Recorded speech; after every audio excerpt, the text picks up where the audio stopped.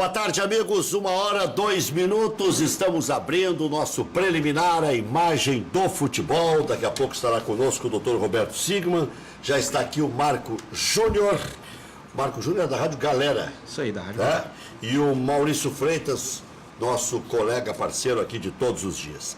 Bom, já adiantando o nosso lado aqui, para depois a gente debater as coisas do Internacional, e hoje é o último dia da defesa, né, dos 4 que foram culpados, arrolados como culpados pelo desfalque nas finanças do Internacional, né? Hoje é o último dia para a defesa, para apresentarem os argumentos no Conselho Fiscal do Internacional, depois vai para o Conselho Deliberativo. Hoje é a defesa que será entregue no Conselho do Internacional, para resumir a história. Depois serão analisadas as questões pelo Conselho de Ética, vai para a Justiça Comum, tem o Ministério Público, o Internacional ainda espera um ressarcimento, o torcedor colorado espera um ressarcimento em se comprovando a culpa dos 4 dirigentes que, em condenados em instância quase que interna do clube, né, porque Conselho Deliberativo, eles já se tornam de cara inelegíveis por 10 anos. Eu acho que é pouco. Se ficar comprovado a culpa e lesa cofre de clube, não pode ficar só inelegível por 10 anos, tem que ser para todo sempre. Ah, mas já são veteranos, depois, daqui a 10 anos, já terão uma idade avançada, não vão querer voltar. Não sei. O Alexandre Limeira, por exemplo, é jovem, não estou dizendo que ele seja culpado, ele vai apresentar a sua defesa.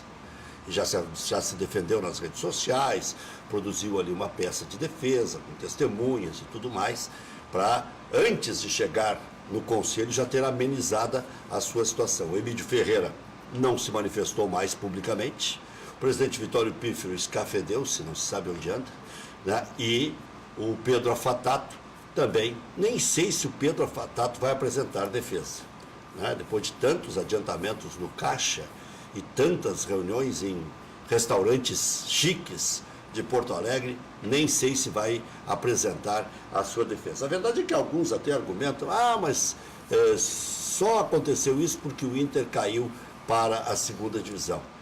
Já outros dizem, não, é que dessa vez ficou escancarado demais. 10 milhões de adiantamento, de 2 em 2 dias, a ida ao caixa. Não estou aqui pré-julgando nem nada, quem condenou foi a comissão, e tudo começou com as contas vetadas do presidente do Internacional, Vitório Pífero. O doravante nós vamos acompanhar a partir desta defesa e depois na reunião do Conselho Deliberativo, que, entendo isso em mãos, vão acabar julgando administrativamente se estes dirigentes poderão ou não ainda fazer parte do quadro diretivo do Internacional, se poderão se eleger. Em princípio, sobram não só do Conselho Deliberativo, como também não poderão se associar ao Internacional, né? Eu não sei se a medida chega a ser tão drástica assim. Claro que comprando ingresso podem entrar lá no Complexo Beira-Rio, que já é um desgaste para o cidadão enorme, né? Bom, estamos numa semana de 2 clássicos que poderão decidir o Campeonato Brasileiro, para não dizer 3 clássicos, que aí envolve 5 integrantes dos 5 primeiros colocados do Campeonato Nacional. Clássico Fla-Flu, o Flamengo tem 52 pontos, vou falar de improviso aqui, se eu estiver errado o Maurício me corrige. O Clássico Fla-Flu, ganhando o Flamengo, vai a 55. O Grêmio tem os mesmos 52, tinha 51, empatou com o Bahia, tem 52. Se ganhar do Palmeiras, vai a 55 e ficaria a 1 ponto do líder Palmeiras. Palmeiras tem 56, ganhando do Grêmio vai a 59 e dispara 8 do Grêmio. O Internacional tem 53, vai a 56 se ganhar do São Paulo. Se o Palmeiras perder para o Grêmio, o Inter fica de novo taco a taco com o Palmeiras, perderia nos critérios. E o Grêmio tem 5-1, com o empate já do Bahia tem 5-1. Tem 5-1 o Grêmio. 5-1, não. Então ficaria a 2 pontos do Palmeiras, é isso, eu fiquei com 52 na cabeça. Quem tem 52 é o São Paulo. Isso. São Paulo tem 52. Agora sim, São Paulo perdendo para o Internacional fica com 52. Ganhando do Internacional 55, e aí torce para o Grêmio contra o Palmeiras para ficar o São Paulo a 1 ponto do Palmeiras. Vejam só, 56 tem o Palmeiras, 53 tem o Internacional, 52 tem o São Paulo, 52 tem o Flamengo, que passou do Grêmio porque ganhou o seu jogo. Tinha 49, foi a 52, passou do Grêmio, estava atrás do Grêmio na última rodada, tanto é que inverteu. O Flamengo era o quinto, agora é o quarto colocado. Terceiro. É terceiro colocado. Terceiro colocado. Pelo número de vitórias. Não, o São Paulo ficou para trás nos critérios, né? Então, Palmeiras 56, depois vem com 53 pontos o Internacional, com 52 o Flamengo, com 52 o São Paulo, com 51 o Grêmio, e aí já vem o Atlético Mineiro, que ficou para baixo tem com 45 pontos. E do Atlético Mineiro, 45, para o Santos, sétimo colocado, 39, são 6 pontos de diferença. Era só pegar a tabela aqui, que eu não precisava ficar puxando pela memória, mas para ficar olhando para o telespectador e não ficar pegando o papelzinho aqui. Mas mais do que isso, Rec, mas então tudo pode acontecer no final de semana. Só o Palmeiras não perde a liderança. Com relação ali, o degrau do sexto para o sétimo colocado, nominalmente são 6 pontos. Mas dá para colocar a diferença como 7, porque o Santos tem um número de vitórias inferior. Muito. 10 o Santos tem 10 e o Atlético Mineiro tem 13. Mesmo que o Santos tire esses 6 pontos com 2 vitórias e 2 derrotas do Galo, o Galo segue à frente pelo número de vitórias. E o Fluminense, se tomar uma chinelada do Flamengo, e é uma tendência forte, bom, o Fluminense aí nem para 7ª colocação vai servir. Fazer o seguinte, doutor Roberto Signo está chegando aí, vamos fazer um intervalo e a gente já volta. Grêmio terá apenas meio time titular para enfrentar o Palmeiras no domingo. O treino de hoje começará a definir os substitutos de 6 desfalques. Paulo Vitor, Léo Gomes e Bressan devem entrar na defesa. Capixaba e Marcelo Oliveira disputam a posição do Cortez. Alisson vai permanecer no lugar do Ramiro, em princípio. Maior dúvida para a vaga do Everton, Marinho, Pepe, Tassiano e até Caio seriam as opções. Mas, em princípio, o Grêmio deve jogar mais ou menos com a mesma formação e do meio para frente tendo Maicon, Cícero, Alisson, Luan e Jael à disposição. Restaria o preenchimento de apenas uma vaga e aí todas essas opções aí que eu arrolei. O Internacional terá as voltas de Cuesta e Edenilson no domingo contra o São Paulo. Moledo será desfalque mais uma vez. A tendência é que o Damião também tenha condições de atuar. Emerson Santos vai ter sequência como titular da zaga. Até vejo como positivo isso, porque aí vamos saber o tamanho desse Emerson Santos, né? Os enfrentamentos mais difíceis. Eu acho que o Thales e o Emerson Santos é a mesma coisa, não estou dizendo isso hoje. Depois ele nos surpreendeu um pouquinho na arrancada e tal, mas para mim é a mesma coisa. Na frente tem D'Alessandro, Camilo e Jonathan Alves como alternativas. Rossi está de fora, inclusive para 10 dias não joga também contra o Santos. Dourado sofreu uma pancada, deixou o treino mais cedo hoje e passa por avaliação. E uma possibilidade, mesmo que ínfima, é que o Richelli fique no banco de reservas. E o Flamengo acertou a venda de Lucas Paquetá para o Milan. O clube italiano pagou 35 milhões de euros, 155 milhões pelo meia, ou seja, já vendeu mais caro do que o Grêmio vendeu o Arthur. Dono de 70% dos direitos econômicos, o clube carioca ficará com 100 milhões. Um dourado. Ontem, Botafogo e Vasco empataram em 1-1 e hoje tem a final da Copa do Brasil. Cruzeiro e Corinthians, uma das finais, né? Porque a primeira é em Minas Gerais e a segunda será em São Paulo. Até aqui o Filipão tem 4 conquistas, né? Ganhou uma com o Criciúma, uma com o Grêmio, 2 com o Palmeiras. O Mano Menezes tem 2, poderá chegar à terceira, né? Nesse enfrentamento contra o Jair Ventura, que vai em busca do seu primeiro título de Copa do Brasil. Levir Coupe tem 2 conquistas e o Renato Portaluppi também tem 2 conquistas. Considerando que você falou que o Flamengo vai ficar com um dourado pelos 100 milhões, só que é com correção monetária, porque como o euro está 4,33, dá 108 milhões, mas tem correção monetária de 2016 para agora. Um dourado e algumas sardinhas. já voltamos. Doutor Roberto Sigma, hoje é o último dia para a defesa dos 4 que foram arrolados aí pela comissão, como tendo envolvimento nesse desfalque que sofreu o Internacional depois que foram devolvidas não, que não foram aprovadas as contas do presidente Vitório Pífero, se apurou uma série de fatos foram apurados e redundou nisso aí. Ainda tem Ministério Público, ainda tem Justiça Civil, ainda tem possibilidade de o clube ser ressarcido. E eu, na abertura, enquanto o senhor estava chegando aí, estavam testando a sua saúde subindo a escada, eu estava dizendo o seguinte, que ficar 10 anos só inelegíveis, os dirigentes que tiveram essa participação, esse rombo que teria ou houve no Internacional, houve o rombo, agora tem que saber se houve a responsabilidade deles. Eu acho que 10 anos é pouco, porque quem é que vai ficar ansiando ou contabilizando o tempo para que eles um dia possam voltar? Pessoas que tiveram a chance e não souberam fazer bem feito, né? Não só por ter ido o Inter para a segunda divisão, mas eu quero ouvir a sua opinião. Em primeiro lugar, boa tarde a todos. A minha demora se deu pela minha reduzida capacidade física, eu estou fora do padrão de jogo.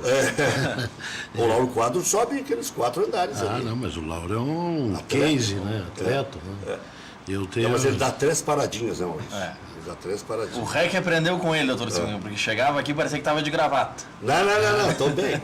Eu subo correndo daquilo ali. O REC é um fenômeno, né? Mas assim, vamos, em primeiro lugar, meu cumprimento à nossa audiência, eu cumprimento aos demais integrantes da mesa, né? Eu vou tentar falar uma linguagem que todos entendam, deixando um pouco qualquer juridiquez de lado. Na realidade, nós temos aí, em razão do que tu colocasse, vários aspectos. Houve um fato. Qual era o fato? A acusação, não é, ou a denúncia por algumas pessoas de que no Internacional se adotava um procedimento que era de retirar dinheiro na boca do caixa, quer dizer, em dinheiro vivo, né, e que as comprovações não eram feitas. Né? Essa foi a denúncia. Muito bem. Em razão disso, foram ouvidas algumas pessoas, em razão dessas denúncias. E o fato é apenas esse. Né? O que restou, ou o que foi levado a exame desta comissão, que é uma comissão designada pelo Conselho e é uma comissão de investigação, que esse fato era verdadeiro, né? Isso já houve no Internacional, ou há constantemente no Internacional, mas isso há quando é fechado um borderô, quando termina um jogo e tem dinheiro vivo e tem que se retirar o dinheiro vivo, muitas vezes para pagar compromissos do próprio jogo. Mas nunca num período em que não há jogo, em que não há nenhuma extraordinariedade que enseje o levantamento do dinheiro no bolso. Ninguém anda com dinheiro no bolso, né? E tirar R$1 milhão, R$2 milhões não é assim, né? Inclusive tem aquela coisa que se fala em mochilas, né? Bem, isto restou comprovado, que essa é uma prática constante e que as notas fiscais que vieram posteriormente, elas não comprovavam de forma inequívoca e idônea a transação, ou seja, a existência de um débito, a retirada do dinheiro e o pagamento. Por quê? E isso a comissão foi muito zelosa, ela esteve em algumas empresas cujo endereço era em Torres, outra no litoral de Santa Catarina. Outra em Viamão. E a senhora tomou um susto lá. E eram empresas inexistentes, inoperantes. Né, há uma senhora que tem uma profissão bem humilde, que era sócia de uma empresa e parece que nem sabia disso, né? Então, essa situação está bem esclarecida, né? Está bem esclarecida. Em razão disso, essa comissão, a meu juízo, os integrantes da comissão dizem que aplicam a pena. Meu juízo indica uma pena para o Conselho. E aí a pena que indica para o Conselho é essa dos 10 anos de afastamento de toda e qualquer atividade desportiva em território nacional. Não pode ser conselheiro do Inter nada, e nem sócio? Nem nada. Sócio também não? É aí que eu quero explicar. Eu não sei se atinge a questão do sócio. Tá? Por quê? Porque a legislação essa que fundamentou, que deu base a essa proposta de punição, ela é do Profut. Ela não é dos estatutos do Internacional. Ela fala em não ser dirigente, né? É. Essa punição do Profut. É. Então, mas eu ainda, claro que tem vigência, se aplica a todos esses, né, que eventualmente tenham responsabilidade por esses fatos, o Estatuto do Internacional. E o Estatuto do Internacional, para mim e para todos, é bem claro. é a expulsão do quadro social. Né? Então, esse é o aspecto da pena. Tá? Tem algumas questões que vão ser técnicas, se aplica a legislação do Profut ou não se aplica. Por quê? Porque o Internacional deveria, né, para aplicar a legislação do Profut, ter incluído em seus estatutos, ter feito uma reforma estatutária, incluído nos seus estatutos, o que se chama em direito recepcionar a legislação que não é sua, a legislação do Profut, para que ela possa, a partir de então, e ela não retroage, né, ter efeitos. O Internacional só fez isso, e se nós considerarmos que foi feito, tá, em 2017. Em 2017. E por um ato do Conselho Deliberativo, e não por uma reforma estatutária que exige uma Assembleia Geral. Né? Então, assim, ó, não é... Na reforma do Estatuto em 2016, isso não foi tratado. Não foi tratado. Então, o seguinte, né? Não, do ponto de vista jurídico, tem muita estrada a percorrer, porque é óbvio que os envolvidos vão aplicar ou vão explorar esse tipo, não é, de inconsistência. Né? Esse é um aspecto. Segundo aspecto, eu acho, né, e disse isso para um dos membros da comissão, que a comissão está lá para fazer justiça e não para fazer política. Não é? Então, eu acho que pelo fato de serem integrantes de outro movimento, pelo fato de terem responsabilidade pelo Internacional ter caído para a segunda divisão, isso não pode ser considerado para efeito de aplicar ou não pena. Né? Por que eu digo isso? Porque há 2 outros que foram investigados, né, e que foram inocentados pela comissão, ao meu juízo, de uma forma equivocada. Um é um vice-presidente eleito, foi vice-presidente eleito. Veio de outro movimento em razão de uma aliança política que foi feita, mas ele era vice-presidente eleito. E a norma que se aplica a todas as pessoas jurídicas... Mas, claro, ele tem responsabilidade jurídica. Senão é muito fácil. Eu sou vice, o senhor é vice, o senhor tem mais responsabilidade. Então, a alegação que foi feita, não, mas ele não participava de nada, ele morava em Brasília, de vez em quando vinha para cá e aí não participava. Como não participava? Né? Ele não morava mais em Brasília há horas. E se não participasse, devia renunciar ao cargo, né? Então, esse é um dos aspectos. Inclusive, morava no hotel ali, onde a concentração do Inter existia, perto do Beira-Rio. E esse é um dos aspectos que eu pretendo levantar na reunião do Conselho, que vai examinar essas defesas. Quer dizer que o senhor vai dar uma agitada na reunião do Conselho? Não é agitada, eu vou falar o que eu penso, o que eu acho justo. Agora, quase sempre eu agito. Né? O senhor tem peso e conhecimento? Porque quase sempre, quando eu falo, eu descubro uma realidade que era para ficar encoberta. Entende? Então, isso agita. Né? Segunda coisa. Sentido que eu falei, não chamei de agitador. Mas eu também não me importo. É que mexe com coisas das entranhas da história, né? A outra questão que tu vai compreender muito bem, Henrique. Um outro integrante da diretoria, que daí não é a diretoria responsável juridicamente pela pessoa jurídica Esporte Clube Internacional, ou seja, era um diretor temático, ingressou na diretoria em razão desse acordo político, mediante o discurso e a ocupação de um cargo cuja finalidade era o seguinte: ser uma controladoria interna e aplicar as regras de transparência. Ao longo, e esse grupo político, ao longo de muitos anos, a tônica da participação e do discurso deles era a idoneidade na gestão. Ele permaneceu toda a gestão neste papel. Várias vezes em reuniões do Conselho utilizou a palavra para apregoar, para relatar quais eram as suas iniciativas, o que ele estava fazendo para levar a transparência ao associado, para, enfim, controlar o que era feito em termos de rotinas administrativas do Internacional. Quando chegou o depoimento dele, ele disse: olha, eu lamento muito. De fato, eu vi que a coisa era grave, eu vi que estava sendo feito errado, mas ninguém me ouvia. Eu sugeria e ninguém me ouvia. Bom, qual é pede demissão. Qual é a obrigação de quem se depara numa situação dessa? Primeiro, pegar a palavra numa reunião do Conselho ou através de um manifesto ao torcedor do Internacional e dizer: olha, meus amigos, quero dizer que aqui dentro tem uma temeridade muito grande, né?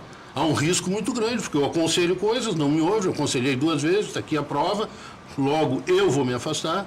né? E vou indicar que a coisa lá corre muito risco, né, de estar sendo mal feito. Mas não fez, ficou até o fim da gestão. Aí quando o nome dele aparece, né, ele vem com essa conversa, que nunca foi ouvido, que pouco participava das reuniões de diretoria, então fez o quê? Né? Ao não denunciar, mostrou que supostamente estava conivente. Né? Marco Júlio. A responsabilidade, Marco Júlio, ela decorre ou da ação, né, se eu pegar uma facada e enfiar no REC, né, imitando o que andaram fazendo por aí, essa é uma ação. Agora, se tu Eu não sei se eu pegares, tenho aquela resistência toda. e se tu pegares a faca e eu tiver a oportunidade de te parar, né, eu vou ser omisso com relação a isso e vou responder com relação a isso. Ou Então, se eu estou te escondendo por ter pois, feito. exatamente. Então, essa omissão, ela também é passível de responsabilização. Porque senão isso vai se repetir na história do clube e aí é mais ou menos aquela história de, bom, estavam roubando, mas eu não sei, né? Que a gente conhece muito bem. O não sei não exime ninguém, né? É a mesma coisa, tu passa num sinal vermelho, o cara te fala, não, mas aquilo... Então o senhor acha que 6 deveriam ter sido indiciados? Eu acho que a situação mais... Indiciados é a palavra? Eles Apontados? apontados, né, como responsáveis e uma indicação de uma sugestão de punição, né? Eu acho, né, com toda a sinceridade... Indiciado cabe só para a justiça comum? Não, indiciado é no inquérito policial, né? Quando termina Indiciado a é pela investigação... polícia pelo Ministério Público, né? A polícia que é encarregada da investigação ou o Ministério Público, né, ela faz a investigação e ao final do inquérito, né, ela indicia ou não. Porque há indícios de culpa. Isso. E depois denuncia. Que eu acho que é o papel dessa comissão. Essa comissão, ela é uma comissão de investigação, então ela pode indiciar, como de fato fez com esses 4, né? E agora o Conselho vai ser uma espécie de Ministério Público e julgador ao mesmo tempo, né? Ele pode, inclusive, rejeitar alguns indiciamentos, né? Levando para a política, mas é como o se o senhor tem Conselho como- fosse o legislativo de fato que nós vimos nos processos de impeachment, em que o mais ou Conselho menos. acaba aceitando ou não, ouve testemunhas e Tá, mas o toma senhor decisão. pode, ao levantar essa questão de ordem, porque entendendo que há argumentos suficientes para abranger mais 2 outras pessoas, o senhor pode reabrir o processo? Eu posso pedir inclusão e o Conselho vai votar se incluirá ou não. E aí pode votar na hora? Pode votar na hora, porque as provas já estão colhidas. Quer dizer que quem hoje celebra Há quem isso- entenda que não. A comissão entende, é assim, quando ela condena, né, entre aspas, ou aponta, sugere uma punição, né, isso é recorrível. É objeto de defesa e o recurso e a acusação é que vão para julgamento no Conselho. Logo, o Conselho pode absolver ou pode acolher, né, ou até agravar a pena, porque o Conselho é soberano nesse processo, né? Eles entendem que com relação à absolvição não há recurso. É isso que eu vou sustentar. Ora, como não há recurso? Porque senão nós corremos o risco, se não houver o recurso, de fazer uma casa da sogra. Entende? Daqui a pouco alguém aí tem uma situação grave, é indicada uma comissão, né, que não tem isenção, como essa aparentemente tem, e absolve todo mundo. E aí, vão recorrer para quem? Para o bispo? Mas então o senhor acha que ainda tem um pouco de política Claro que tem. Claro na que comissão tem. mesmo? Claro que tem. Eu disse isso, né, na minha manifestação. Eu acho que esses 2 que foram absolvidos é porque hoje eles têm sobre eles A origem convergência. um certo apetite político. Tem eleições no fim do ano, então, e como eles não têm uma participação assim tão direta, né, não é uma ação, é uma omissão, eles estão sendo poupados porque há um interesse ali de, daqui a pouco, captar alguns votos desses 2 grupos. Porque tem uma situação que eu fui até um pouco mais fundo do que o senhor, pretensiosamente vou dizer isso, porque não só os dirigentes, todos esses que o senhor falou, e mais os que foram arrolados, os que não foram, também funcionários. Sim, foram ouvidos. Pois é, não, e tinham participação. Pois é. Porque eles eram manipulados. Mas funcionários que ainda estão dentro do clube hoje?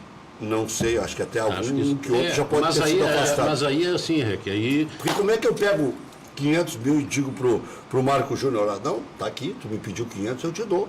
E na outra vez ele me pede 200 e eu te dou de novo. E Mas o cara vai ficar quieto. se o teu patrão pede isso, tu recorre aí a mas- quem? mas eu- Mas tu passa para Mas quem aí, isso? assim, ó, tem 2 questões, né? E a documentação. Tem 2 questões, que é o que se aplica, de certa forma, no caso do Limeira, né? Tem 2 situações, quanto ao empregado. não tem nada a ver com essa comissão. Essa comissão não apura nada com relação ao empregado, porque o empregado é regido pela CLT, o empregador pode despedi-lo por justa causa ou não, entende? Pode despedi-lo imotivadamente, e não é a comissão que vai estabelecer responsabilidade, né, a respeito de um empregado regido pela CLT do clube. Muito bem. Mas, já que foi tocado no assunto, e aqui fala um ex-juiz do trabalho durante 21 anos, o empregado, né, a princípio, ele tem que cumprir todas as ordens do empregador. Quando é que ele tem a obrigação de resistir à ordem do empregador? Quando o ato determinado for nitidamente abusivo, ilegal. Não, aí abusivo já é um conceito subjetivo. Ilegal, entende? Vai lá, entra naquele carro, pega aquela bolsa que tem dinheiro e me traz aqui. Não, mas não posso entrar, o carro não é meu, entende? Pega esse dinheiro que está aqui e sonega. Né? Daí essa de pegar do caixa e entregar para o patrão. Bom, mas quem estava mandando era o empregador dele fazendo. A questão fiscal, a questão estatutária, isso não compete a ele. Não cabe ao empregado, que eu acho que é nessa linha que o doutor Sigmund está dizendo. O empregado sabia. Não. E os outros vice-presidentes, se os empregados já sabiam, também sabiam. Claro que sabia. Mas, eu acho que a linha que o doutor Sigmund está... o empregado não tinha como resistir a isso. O empregado, não cabe ao empregado definir se a nota é sequencial ou não, se a obra foi realizada ou não. Foi pedido para ele retirada de dinheiro. Até porque o Internacional tem conselho fiscal, tem auditoria, tem uma série de... Agora, doutor, quem morrer primeiro de nós podia avisar se tem obra lá no céu, né? Pois é. Periga lá tem alguma coisa. Agora, o que eu queria também aqui fazer uma ressalva, né, com relação já venderam e não entregaram. A essa questão, eu acho, tá, que a questão que envolve o Limeira, e não tem procuração, interesse, amizade, ou seja lá o que for para defender o Limeira, tá, ela é tão subjetiva como essa do empregado. Entende? Porque a comissão diz o seguinte, tá, ele gastava com cartões corporativos em almoços 3 vezes por semana, média, não sei o quê. É bastante. No bar, né? Em valores que atingiam 600, 700, R$1.000, né? Que eram exagerados, porque não foi num buffet.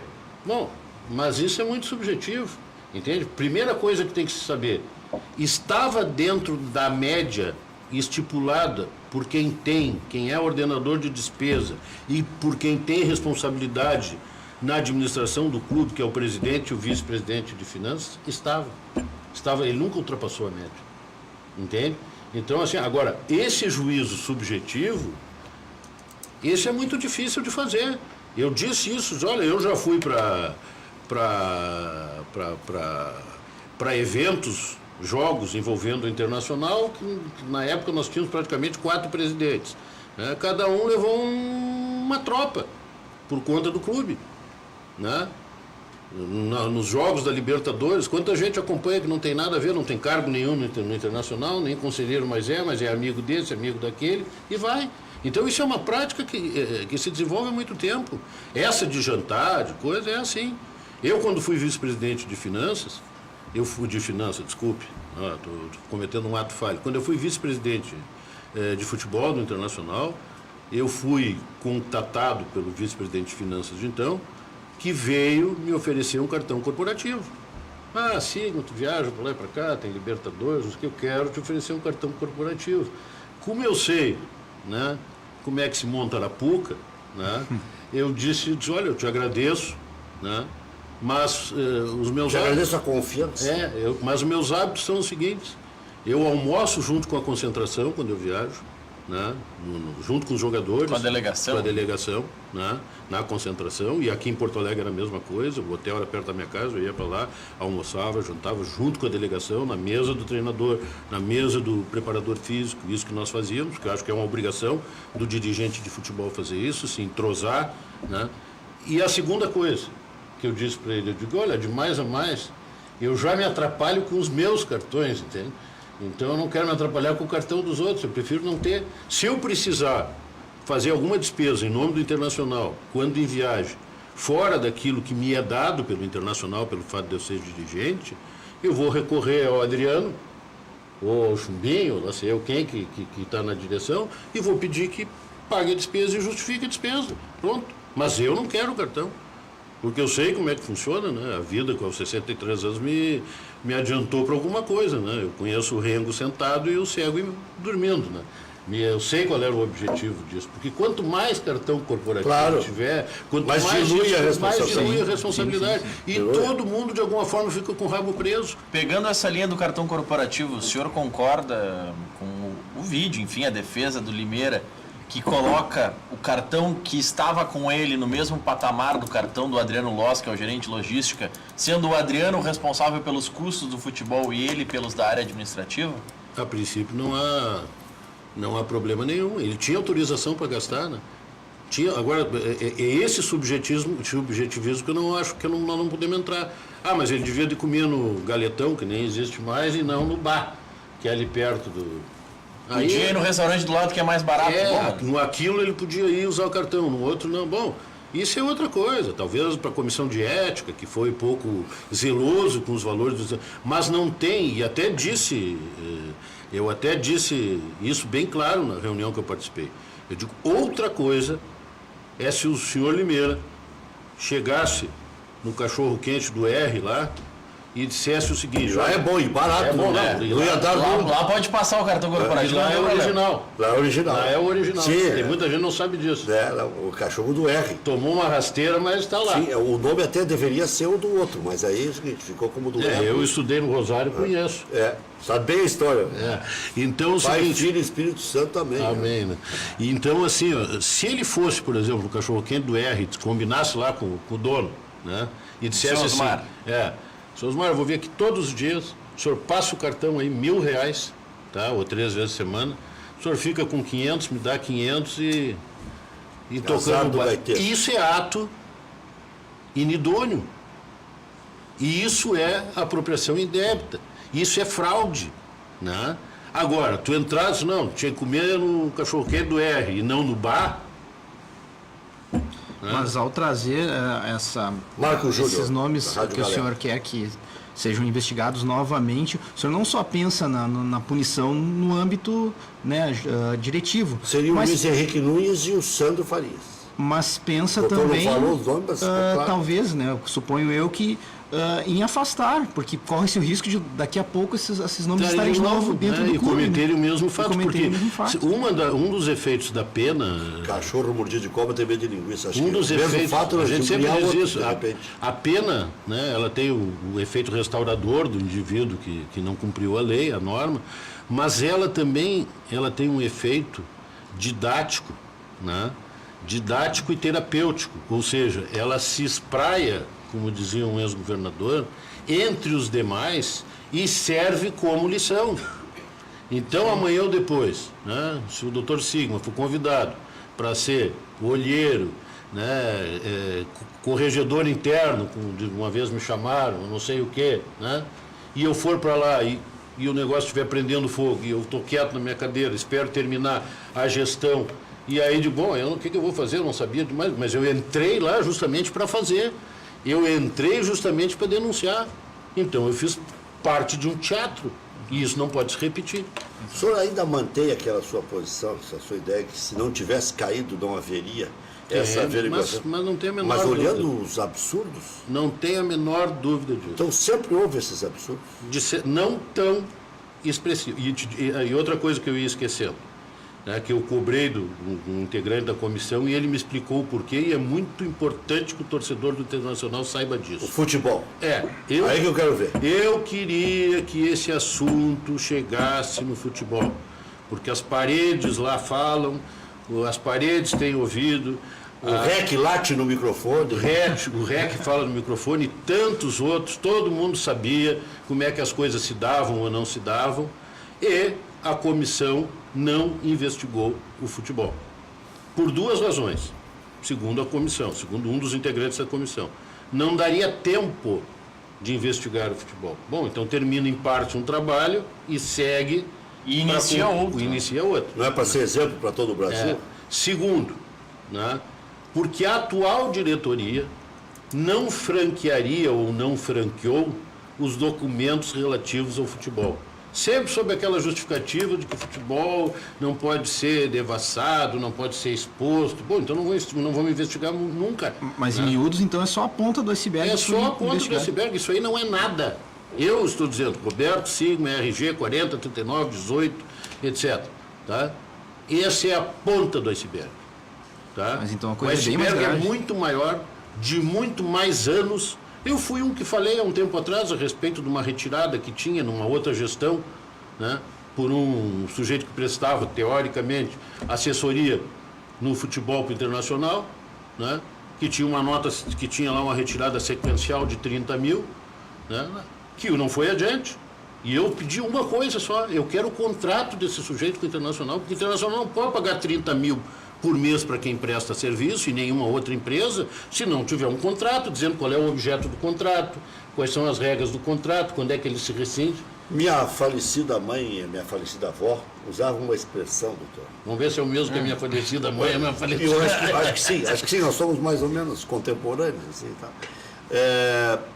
Que eles são muito facilitões, os dirigentes. É isso aí. É que sempre é o pensamento que a próxima gestão resolve o que eu estou fazendo Vamos agora. para a próxima. O futebol, para que botar norma? Se o futebol tem vai resultado... Vai lá e pega. Se o futebol em campo dá resultado, não dá nada. Eu escrevi hoje um artigo sobre isso, entende? Qual é a blindagem que o futebol tem? Eu estou falando aqui de mazelas do Internacional. Eu tenho certeza que lá do outro lado tem alguns torcedores e associados. Pô, o Sigma está lá falando de novo. Agora que nós estamos com chance de ganhar o... Mas daí não vai falar nunca. Aí não vai falar nunca. O senhor acredita que o Ministério Público vai conseguir entrar no futebol? Eles, segundo eu sei, né, extraoficialmente, eles estão tentando entrar. Vocês chamaram o Hernando? Eles estão tentando entrar. O Hernando era quase um deboche. Inclusive, há uma instituição financeira que não atende o Ministério Público, né, e não tem revelado contas que interessam ao Ministério Público. Mas o Ministério Público tem poderes, né, e poderes... Eles já requisitaram contas bancárias. e não foram atendidos. Em uma instituição financeira só. As outras todas cederam as contas. Uma não... Mas contas do clube ou contas de alguns dirigentes? Pessoais de alguns dirigentes, quebraram o sigilo de alguns dirigentes. Então, assim, o Ministério Público tem plena condições de fazer isso. O problema todo que eu vou colocar aqui na mesa, e quero ser bem compreendido, a trabalheira que o Ministério Público tem, tá, com as questões de desvio de dinheiro público, que aí assumem, né, por causa da tipificação criminal, um grau de importância enorme, né, porque se eu sou prefeito, se eu sou secretário de Estado, se eu sou e malverso, né, um recurso público, né, a responsabilidade é muito grande e as penas são pesadíssimas, cada vez mais, porque cada vez mais estão responsabilizados. Ninguém imagina, né, que um ex-presidente, né, com a popularidade que o que eu vou falar tem, estivesse preso em razão de um processo judicial, né? Ninguém imagina isso na história do Brasil, né? O que chegou mais perto disso, né, aquela brincadeira que a gente fazia no interior, estão pegando, agora estão pegando. Né? O que chegou mais perto disso foi o Getúlio que se deu um tiro, quando descobriu que no porão do palácio, ele era capataz do Getúlio, né? Estava vendendo favores aqui e ali, né? O Carlos Lacerda denunciando ele como um mar de lama no governo, e não aguentou a pressão, se matou. Entende? É o que nós tivemos mais perto disso, foi a autopunição, né? Assim, o suicídio do Getúlio foi um pouco isso. Agora não, nós temos um ex-presidente da República preso, sofrendo as consequências da prisão. E se especulando que a sequência possa ter o mesmo desiderato. Mas assim, é questão do uso, né, das prerrogativas do exercício do cargo público. Agora vamos à Internacional. Internacional é, entre aspas, né, uma empresa privada. Ele é uma associação, né, privada, sem fins lucrativos, não é? Que tem órgãos de fiscalização, que tem órgãos de deliberação. Então, o enquadramento criminal é muito difícil de fazer, né? O enquadramento criminal é o quê? Apropriação indébita, não é? Fraudar o fisco porque retirou o recurso e não declarou, entende? Mas jamais vai ter assim, não, é gravíssimo, porque eu até tenho uma tese, que é jurídica, não da vida, né? Eu acho que os clubes de futebol no Brasil só iam melhorar se alguém levantasse a seguinte tese: as instituições de futebol, os clubes de futebol, eles são beneficiários de tantas renúncias fiscais, que é dinheiro público, entende? Quando alguém isenta de pagamento de imposto, coisa assim, é dinheiro público. Quando parcela imposto atrasado, é dinheiro público, fundo de garantia. Então, ele deveria ter a mesma responsabilidade.